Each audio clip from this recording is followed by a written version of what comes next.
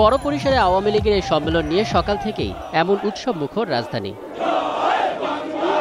তবে নেতাকর্মীদের ছাপিয়ে সম্মেলনের উত্তাপ ছড়িয়েছে সাধারণ মানুষের মধ্যেও। কমিটির রদবদল যেন দেশের অগ্রগতিতে ইতিবাচক প্রভাব ফেলে সেই প্রত্যাশা তাদের। সুষ্ঠু রাজনীতি প্লাস দেশের মঙ্গল, জনগণ এইটাই চায়। আমরা একটা স্বচ্ছ একটা কমিটি চাই। সঠিক নেতৃত্বের মাধ্যমে যোগ্য নেতা বেরিয়ে আসলে দেশ এবং জাতির কল্যাণ হবে। গরিবেরা যে এক থাকুক, ঠিক আছে, উন্নত হোক, আর উন্নত হোক। নতুন পুরাতনের সমন্বয়ে কমিটি করার দাবিও জানালেন কেউ কেউ। তৃণমূল পর্যায় থেকে নেতৃত্বের সংযোজন করে যদি আওয়ামী লীগের বর্তমান কমিটি যদি নির্ধারণ করেন, আমরা চাই নতুন নেতৃত্বের মাধ্যমে নতুন যে প্রজন্ম তাতে ভিতর থেকে যোগ্য নেতা বের হয়ে আসে। এদিকে সম্মেলনের প্রথম দিন রাজধানীতে ব্যক্তিগত ও গণপরিবহনের সংখ্যাও ছিল কম। নিরাপত্তা কর্মীরা বলছেন, আগে থেকেই যান নিয়ন্ত্রণের কথা জানিয়ে দেয় জনগণের ভোগান্তি কম হয়েছে। নির্দিষ্ট সময় পরে যখন রাস্তা হালকা হয়ে যাবে তখন আমরা ডাইভারশন উইথড্র করে ফেলবো, তখন পুরো রাস্তায় চলবে।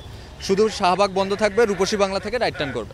সম্মেলন উপলক্ষে রাজধানীর যে 14টি পয়েন্টে গাড়ি চলাচল নিয়ন্ত্রণ করা হয়েছে তার রোডম্যাপ ব্যানার আকারে টাঙিয়ে দেওয়া হয়েছে বিভিন্ন এলাকায়।